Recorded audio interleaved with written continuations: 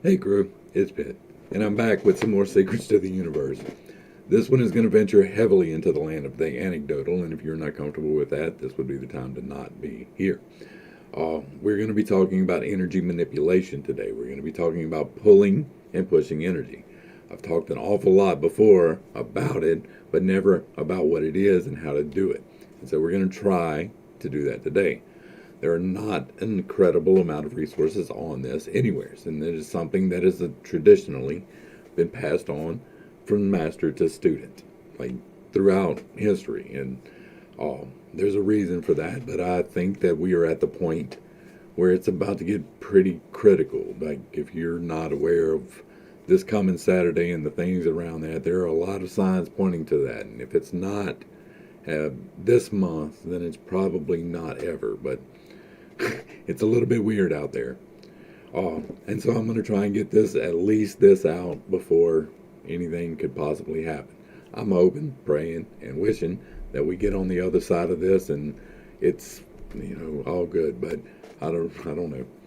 Anyway, what is energy?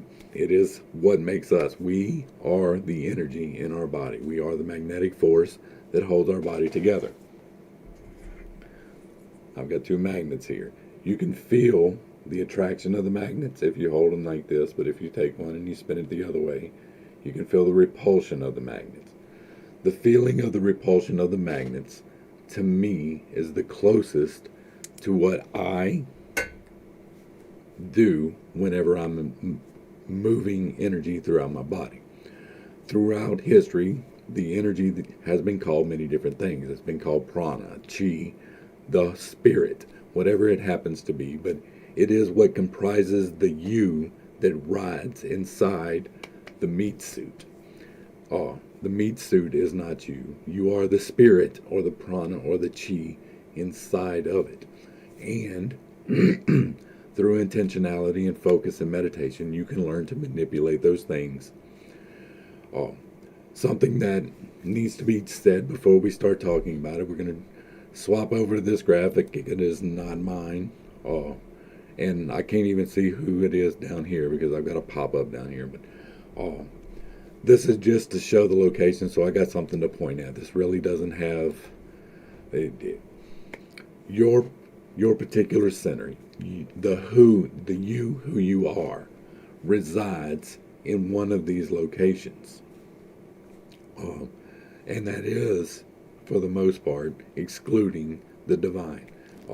This graphic's okay for this because it doesn't show the divine, but you don't reside there most of the time anyway, more than likely. Most people reside in the bottom half, some as high as the heart. Very few reside this high without intentionality. In order to figure out where you reside, you need to learn to recognize the energy. Now, this is purely anecdotal, and I'm going to talk about how I have come to recognize the energy inside of myself. Through retrospection and meditative practices, I've learned that that energy was there my whole life, and that it was outside of my control for most of my life, but that I have been pulled into these energy centers before. Most people, sorry, gotta bring it up.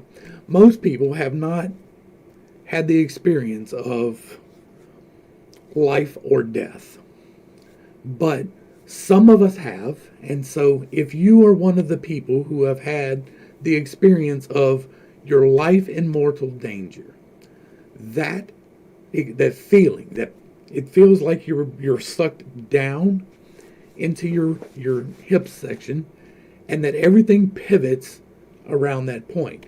You can get this, like if you've been in a fight or outnumbered in a fight, especially. I've found myself that the more people, the more I pull into that base. And so you feel almost outside of yourself, but you feel very low, very centered, and very paying attention to how do I come out of this alive. That is you residing in your root chakra. Most people do not reside there all of the time, but some people do.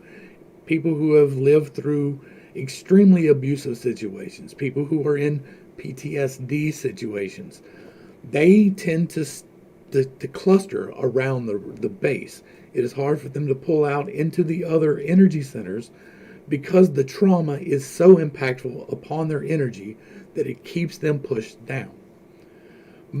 A better majority of people stay centered around their sacral chakra. You see this a lot with sexual addiction.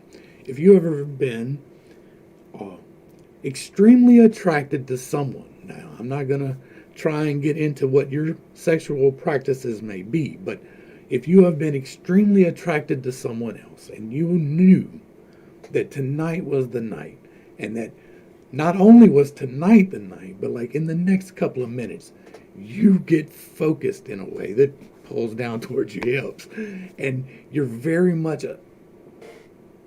energetically just a little bit forward in that area because you are trying to attract that person into the consummation of the energy transfer. But that is the sacral chakra, the residing in the sexual energy. Like you are fully immersed in that moment at that moment. Now, the more you become acquainted with that person, it tends to pull you less into that area. So it's normally like a fresh relationship. You can, however, bring yourself down into that to help with your relationship. If it's not gotten a little bit bland, then you pull down into that area and then you can spice things up a little bit. The solar plexus, this is another one where people tend to stay, is the hunger, the sustenance. If you've ever been really hungry, like you've missed a few meals for a few days and it feels like your stomach's chewing on your backbone, all you can think about, all of your energy, everything that you're worried about is getting the next meal. That is staying held in your solar plexus chakra. That is where you are craving the sustenance that comes from food, from physical food. And so that feeling of my whole existence is there. That's what we're pointing at. Like the reason I'm going through these like this is so that you can see and maybe relate to one of them and remember that feeling, because I can't give you the feeling. But if you've been in this situation, you know what I'm talking about at least a little bit. And if you spend time meditating on that, you can feel it. For the heart, this is the love connection. This is beyond the sexual connection. The sexual connection is one thing, but the craving of the love is a whole different thing. This is you crushing, right? This isn't we're about to have sex. This is this person doesn't even know I'm alive, but I absolutely adore them. This is the crush. Or this person does know that you're alive and they return the affection and you're still crushing. But that feeling, that overwhelming feeling of love for this one person that focuses your whole being into your chest, and it feels like your heart is almost too big to fit. That is it trying to connect. That is the magnetic energy flow between the two peoples. And you're probably not in control of that yet, but you can be, and that attraction is part of manifestation. The throat is a little bit more difficult. When you get up to the top three, you're less likely to be into this. But the throat chakra, I'm not even sure that I have a full solid example that I can give of the throat, but it is a communication, a desire. Here's a good one. If you've ever been completely misunderstood in a situation, like you said something and you meant this, and then everybody around you takes it for this. When they take it for that, you get disoriented. You're like, whoa, wait, what? No, that is absolutely not what I meant. That is you focusing in your throat. That's probably the best I could do as far as the descriptor for that. But that is you being pulled into your throat to try to rectify that misunderstanding. Now, the third eye is if you're in a dangerous situation. This one I've been pulled into a few times. And you become hyper aware of your surroundings, right? This is another one with the fighting type of situation. This is the opposite side of that, actually. And this is less of a immediate, I am about to die right now, and more of a, wait, I might die in a minute. And like you're walking through the woods at night and you hear a panther squall over this way, and all of a sudden you hear everything. You can hear crickets, rustling leaves 400 feet that way. You are very much aware of your entire surroundings. The colors become more vivid. You see shadows moving. All of these things is you focusing into your foresight ability through the third eye, because that is what your third eye does. It just sees forward into the future for you to help you avoid this type of situation. The crown chakra this is another difficult one because I haven't been into it as many times, but I have.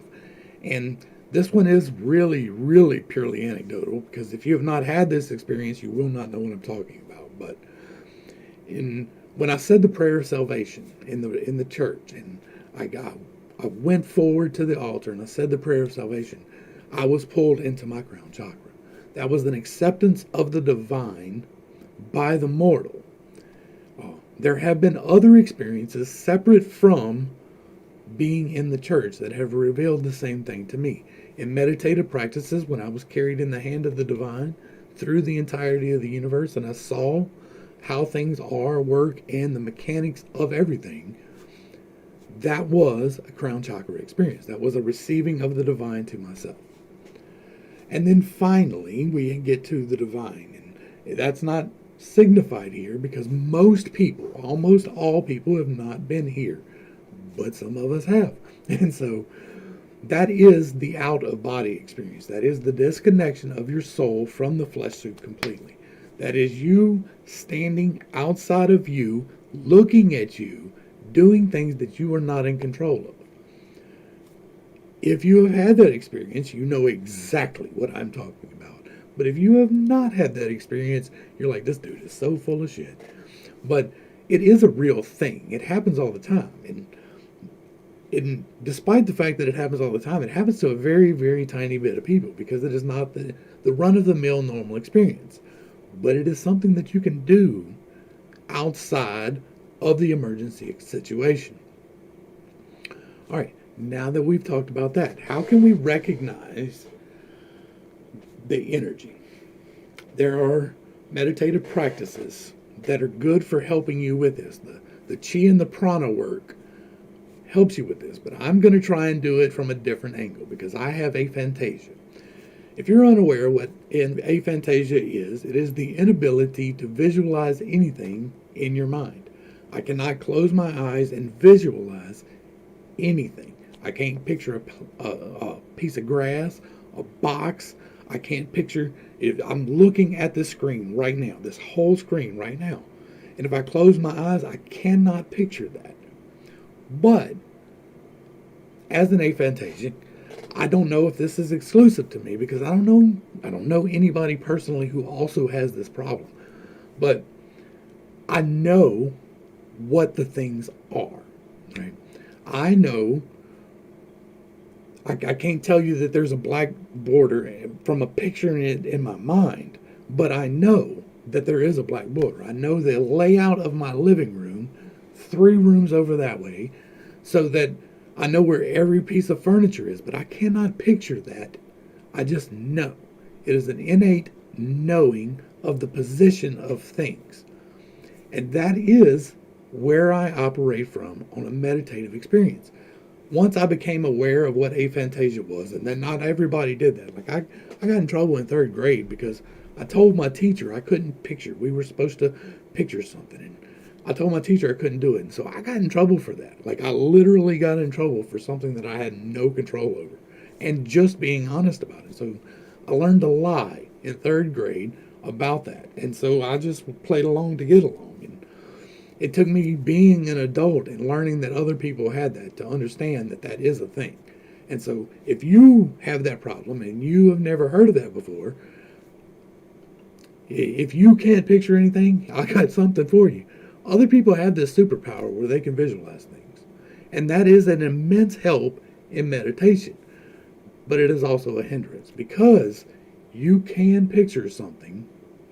You you can fool yourself into believing that the things that you see are from you and not from outside source. I don't have that problem. If I see something with my eyes closed, I know it's not me doing it. And so when I have had revelations, and I have had revelations, both in meditative practices and without, uh, then I don't have to doubt it because I know that it was not me. Now, I say all of that to say this. When I do my meditative practices, I visualize. And when I say visualize, it is a knowing. I know the feeling, right? And how I started with it was this. In my meditative practices, when everybody else is taking stairs down into their house that they built, or going down to the seashore where the waves are crashing and watching the waves come in, and all of these relaxing things that other people can do, I do something else that I just recently learned that not everybody can do. I unfocus. Now, what is unfocusing? If you've ever looked at one of those 3D images, right? They were really big when I was young. Like in the early 90s, they were everywhere. Like they had whole stores devoted to these pictures. And if you would have to put it up to your nose and then slowly pull it back, right? Well, I never had to do that.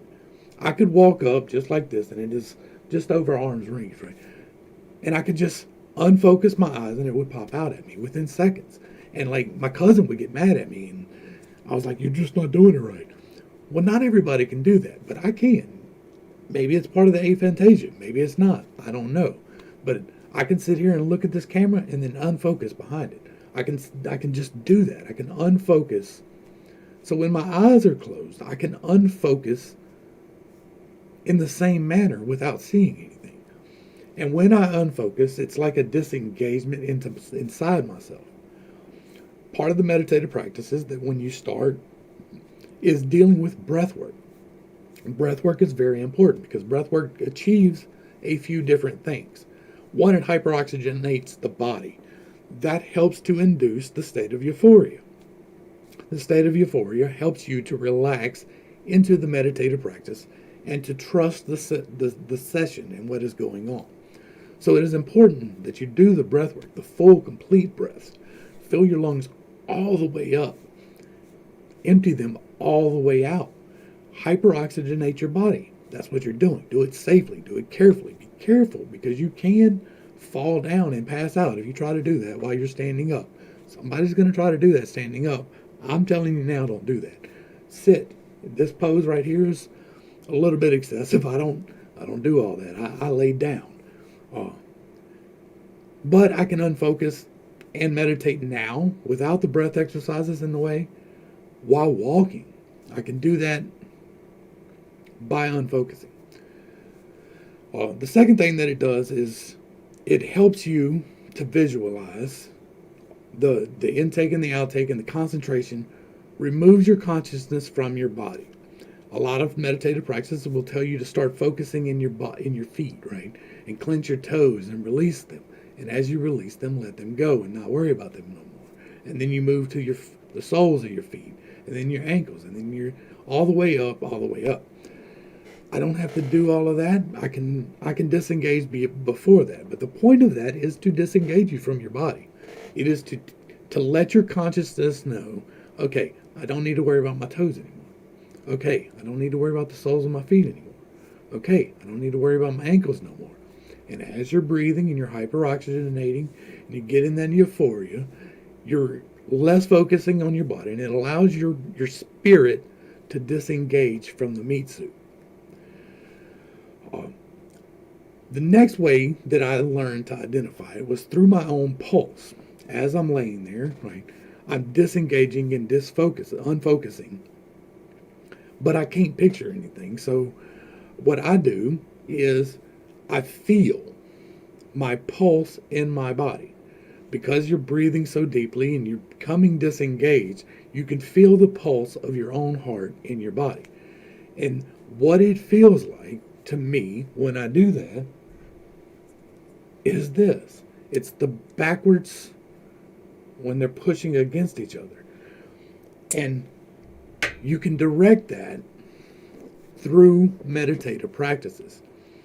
That is the pulling of energy. When you feel that, when you can recognize the push of your own magnetic field, which to me, whenever my pulse, like whenever the flow out feels, I can feel it filling my veins, right? I can feel it pushing the life force into my pinky, like into the farthest extremities, the ears, and you can feel the energetic push. Well, then once you can feel that energetic push, you can focus it. Then you pull on, then you work on the pull in. Now, for my breath works, I do a specific thing, and I found with this specific thing that it helps me to get this right. And we're gonna look at this graphic real quick. This look familiar? This is the infinity sign. This is 8. This is the number of life. But if you stand this on your head, and I can't do it in this program, but if you stand at 90 degrees, right, and you superimpose that on yourself lengthways, across like this, so where it goes up, down, and around. Whenever I breathe in through my nose, I start at a point here, and then I pull the breath itself. You can feel it come through your nose, right? You can feel it into your sinuses. Well, I take that energy and I attach it to the breath. And as I pull up through my sinuses, I drag it all the way up through my crown. Now, obviously, the breath itself does not reach the top of my head. It goes through my sinuses. But the energy flow, I use it kind of like a scraper. And I scoop all the darkness and all the negativity and all the non-positive from me. And I start here, and then I drag it around and back through the back of my head, through the pineal gland, which is, if you go between your ears and you go between your eyes, that point is the pineal gland. And if you take that and you scrape it through the pineal gland, and then when you come down through this point right here, this is the throat. You're going to cross over to the front in the throat, and then pull it through the front side of the heart, down through the sacral, underneath the base, back around the back side of the sacral, across the back side of the heart, back through the throat, and then out. That is my full meditative breathing.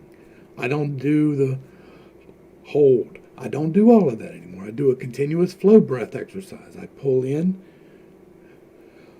all the way, my lungs full all the way, chest expanded, head back all the way, and then let it go. As soon as you fill up all the way, push all of that negativity out of your mouth.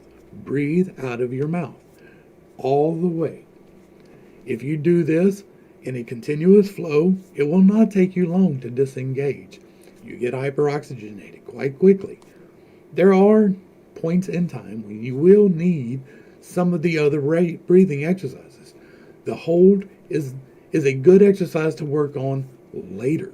A lot of people jump into that way too quick, but it's because they've been taught that way. You do not take what I am saying as the only way to achieve these things. I am only trying to help you to understand my understanding of it. We are all very, very tiny, like infinitesimally tiny bits of the divine.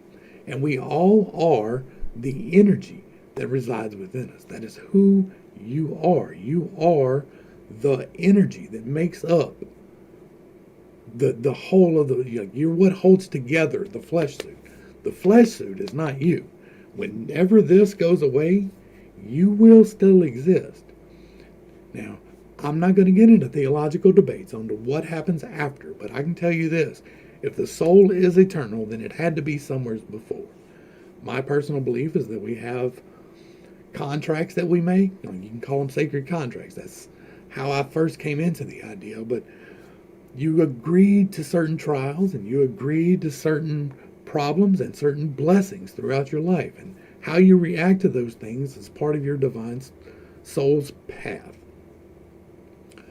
The meditative practices will help you to focus your energy in order to align with that path. Now, what you need to do is figure out where in this stack you reside, because you reside somewhere, and it is probably here. It may be here. Some people are very, very loving, and they just want to attract and attach and like with whoever. But most people are either most people, it is the sustenance. They are on the grind. This is where the grind is focused, right here. Like it encompasses all three of these, but this little yellow ball is the grind. That is, all you are thinking about is the worldly things, and all you are thinking about is accumulating them. That is most people. That you see a lot of the misaligned sexual energy out there now. When you get into these situations where people are confused about a lot of different things, that is a living in the sexual energy issue. A lot of people, thinking about it, are focused here on the throat as well, because they are very much about the wrong side of that. Like sometimes even I forget that everything is a duality. Like every bit of this, like the crown has a duality. The third eye has a duality. The throat has a duality, and it is seeing forward.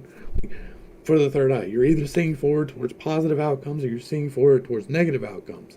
That is the duality of the third eye. Well, the throat is either you're lifting up people or you're pushing down people. And you see a lot of that out there today, too.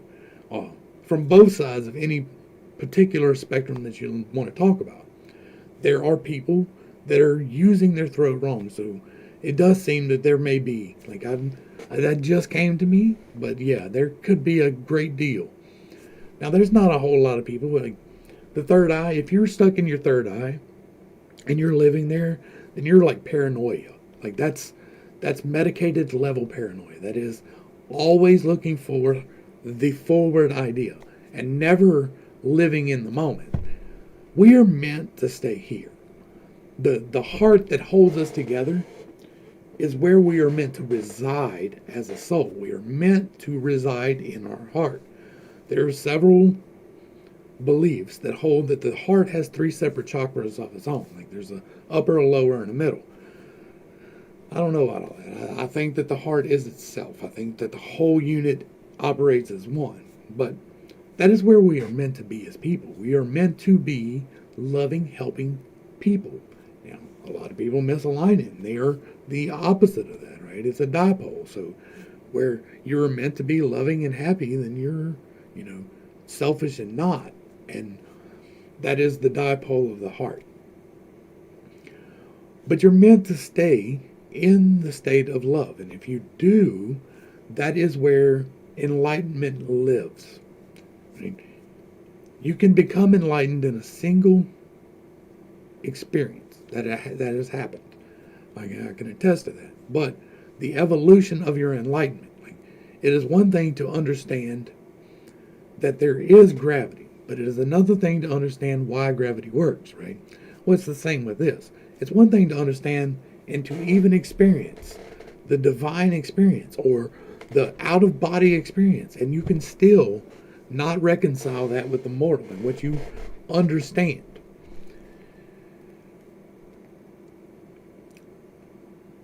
We are meant to help other people. We are meant to keep our focus in our heart. And through intentionality and meditative practices and prayer, like always with the grace of God, don't ever get that twisted. I believe that all things come through the grace of God that we are a tiny part of.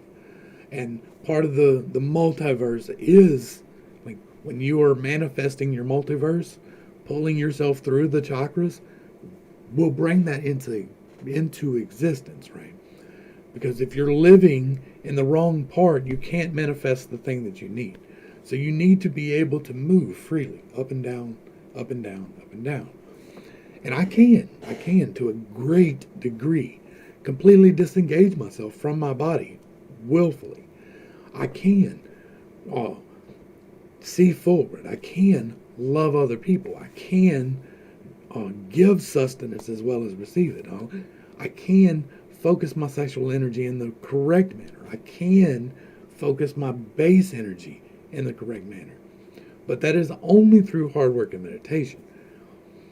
Now, let's get into the pulling of energy. Whenever you start this, you're going to want to start at the root, at the base. You want the demon to be taken care of first. And so, doing your meditative practices, you want to consciously push, like once you can recognize your consciousness, which is a whole, you're not going to do that in a day. Like, you may. And don't ever take what I say to be absolute, but you may be able to do it in a day, but chances are it's going to take you a little while to be able to recognize the pulse, to be able to push the pulse where you want it. It's going to take some work.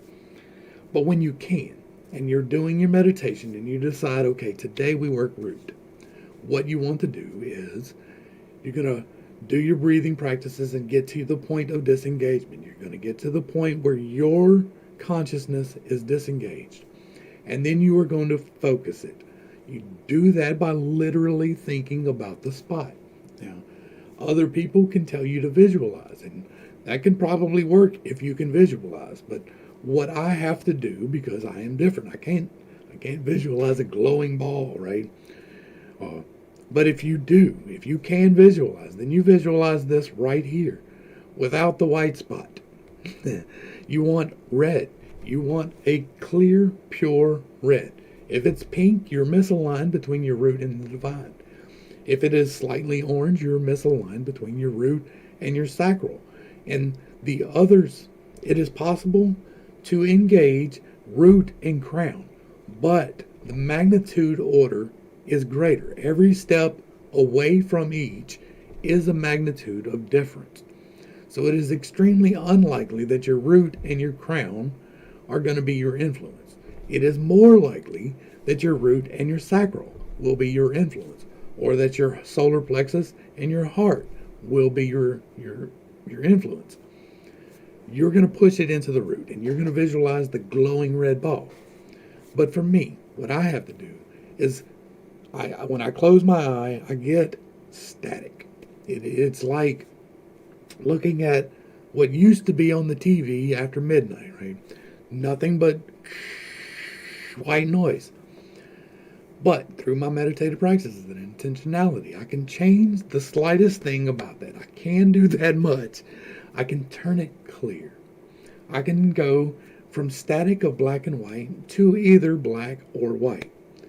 And when I am focused in my root, I push it white. I can't push it red. I can't visualize the color. But I push it white. And when I push it white, while I am pushing it white, I focus on my SI. I am an SI demon, which means that I have a very hard time remembering things and making lists and completing tasks and organizing the actual things. If you could look at my desk, it is a mess. But this is my messy spot. I keep my house all right.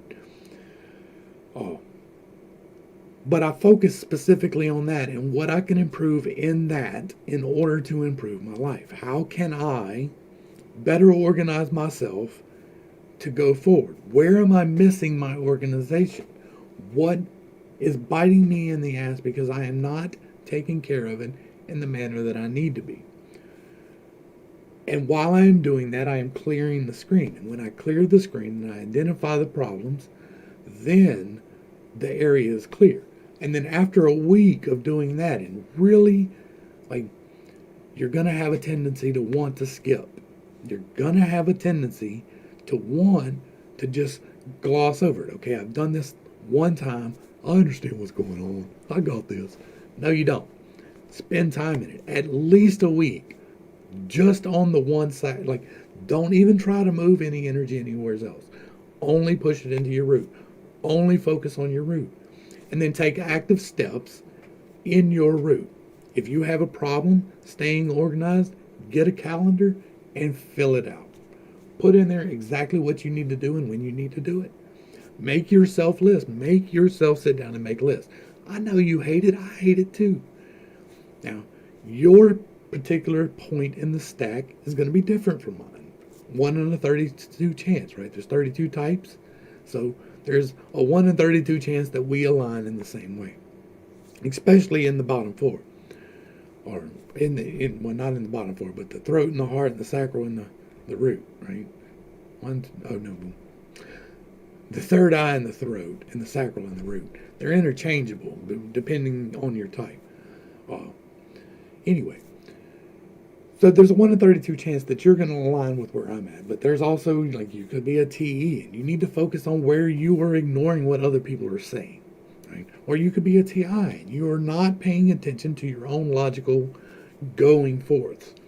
Wherever you happen to be in the stack is what you need to focus on for that spot. So if you are a root SE, then you are missing some things. Like, you are missing actual facts. You are missing actual physical things that have happened in the recent past. And it goes the same all the way up. Once you clear your root, then you pull up into your sacral, and then you focus on where your specific deficiency is in that. I don't really like using deficiency because it's not a deficiency. You use all of these to varying degrees all the time. Too many people in MBTI tend to get caught up in the first 4, and they're like, that's all there is to it. I'm an INFJ. I do this way. No, dumbass, that's not how it works. Yes, you're an INFJ, so you tend to focus on these things. But you also tend to focus on the bottom because you're not healthy. And if you're not healthy, then you're living in the bottom. As you pull yourself up and through, and you are clearing, and you're getting things right, the more aligned your life will become. The more you are able to pull into your life the correct things that you want. You need to take the time. I recommend at least a week for each point along the way. If you are not 100% sure that you're doing it the correct manner, then, if you're not sure that you are clear in your root, then you're not clear in your root. And there is something else that's bothering you. There's something else that's holding you back. Don't try to rush it. Rushing it is the worst thing you can do. The absolute worst thing you can do. Because if you are wrong, right?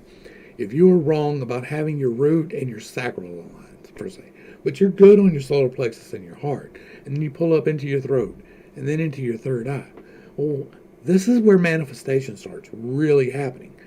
Whenever you get pulled up into at least the third eye, preferably the crown or even the divine, that is when you can start working with manifestation in a positive manner. Once you have aligned your baser instincts, the bottom 4 parts of your stack, then the top part starts aligning itself. You still have to put in the work. It is easier to align the top part. You're going to be, take for instance, I'm an NI divine.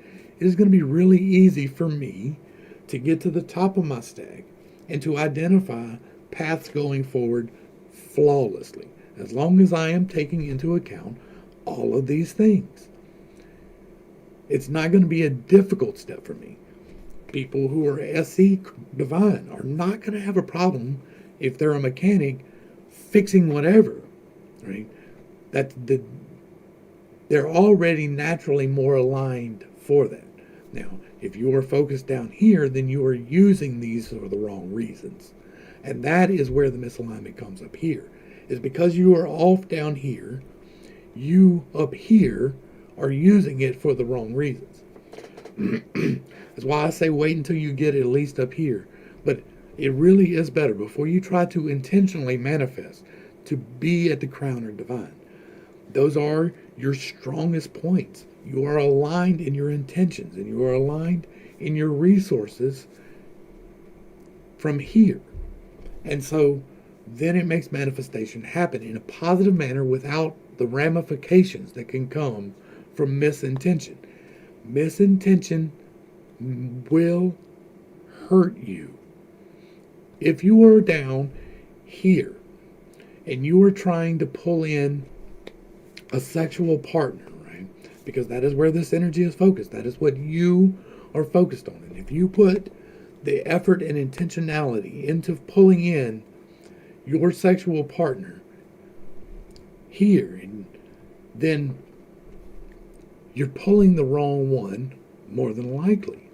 What's going to happen is you're going to wind up divorced, or you're going to wind up fighting, or you're going to wind up completely incompatible 5 years down the road, 10 years down the road. That's where you get people that have been married for 10 years and then they break up and you're like, what happened? Like, we just didn't get along. Or we just, like, even without physical altercations, if you don't align, if you're not pulling the correct energy, then you're pulling the wrong energy. That's why we have as many troubles and trials as we do. One last thing before we break out of this is your choice in a partner makes a big difference. If you are soul committed to someone, which is what a marriage is, that's what a sexual partnership is that interchange of souls. Whenever you engage in sexual congress, you are exchanging pieces of soul.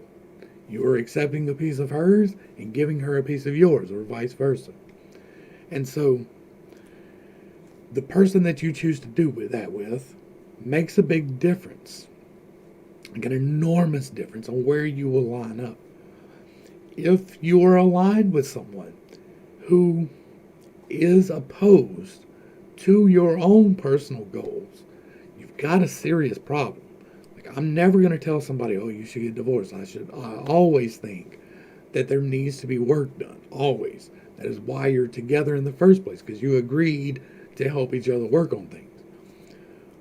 But glossing over the issue and not paying attention that you are misaligned is going to produce terrible results for you. If you are focused on this one goal and they are focused on this other goal, neither goal is going to manifest. But if the two of you together, using the combined energy that you are creating through your Congress, can align in a single goal, then it doesn't have a choice but to appear, because you are both manifesting it into your life. That is why we talked about writing down what you want to happen and vocalizing it, because you're spelling it and creating it by doing that, right? When you write it down, you create a permanence to it. But when you speak it, you create the actual vibration of change. So the two are necessary. Do that together. If you are part of a partnership, and here's where I really hesitate to say this, but it needs to be said, so I have to say it. If you are trying to align to this, and they are opposed to this, then you have a very serious problem. Because even if you align correctly, if they are opposed, it's creating the magnetic opposite, and it is misaligning you. It is going to cause you emotional distress to be misaligned in that way.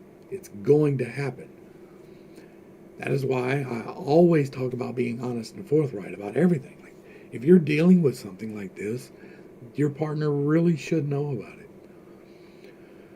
All right, I think I have hit everything that I needed to hit on that. I think we did all right.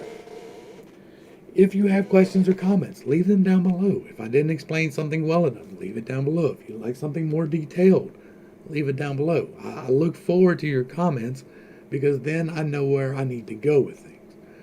Next, we will be going into the type specific stuff. Like, this is very hard for me because I got to create a lot of graphics, and I'm an SI demon. So I'm going to have to create the graphics to go forward with all of that. So I'm going to try and put out 1 or 2 of those a day, depending on how my voice holds up. I'm really concerned that I have been farting around too long. Like, I know that everything happens in divine timing, right? And I don't get anxiety much anymore. Like, I do see things and I'm like, yeah, that's probably going to happen, but I don't get anxious about them. Today, I achieved an anxiety level that I haven't in a very long time, and it was because I watched a video. Barry Scarborough pointed out some things today about the leader of one of the religious institutions and how he made it a speech 7 years ago, the 25th. And if you paid attention when I did the other video on the other channel, which if you're here at this point, you probably have seen that, I've always looked towards September, right? This is my month of fulfillment. This is what I feel like when the things pop off, this is when I feel like it's going to happen. If it doesn't happen to September, it doesn't mean it can't happen in October or November or December or whenever. But I feel like historically, back through time, September holds some ramifications. Specifically, the area between the 11th and 25th or the 26th. Specifically, now, because of what the German ambassador said the other day in the address regarding the day before that and how everybody's going to remember things, right? Well, exactly 7 years ago on the 25th, the Pope gave us, I should not have said that, but the leader of the religious institution gave a speech talking about how he's coming in his own name. And that's significant. I also had my dream, right? And we're coming upon the time when, if it is a real thing, then we will start seeing the signs that it is a real thing. And I'm very anxious about the 24th and the 25th of this month.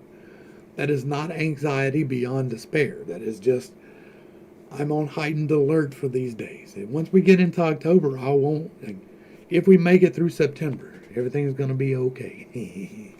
To misquote a song. And I'm very concerned.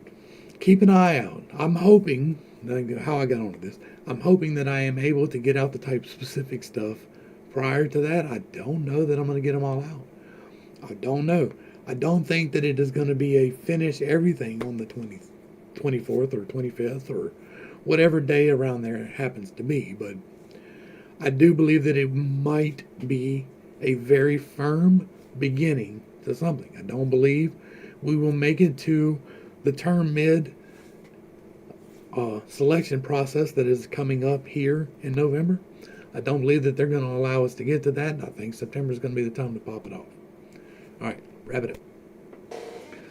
I hope I brought a little bit of enlightenment and not too much confusion to a very complicated topic. I know I got a little bit ranty towards the end, but I tend to do that sometimes, particularly when I got something happening. If you have questions or concerns, let me know down below. If you like what I'm doing, do all of the good things. Give me a like and a share. Hit the button. Hit the bell. All of the things that feed the algorithm for me. Leave me some comments. Let me know what you want to see, where I want you to go. We will be getting into the type-specific stuff now.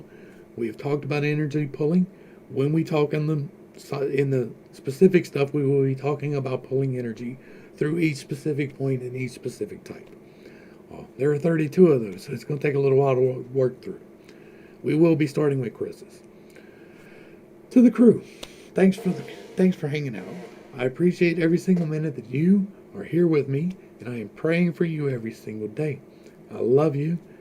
I hope everything works out fine. I hope that this was helpful. Till next time, this has been Pitt. Peace.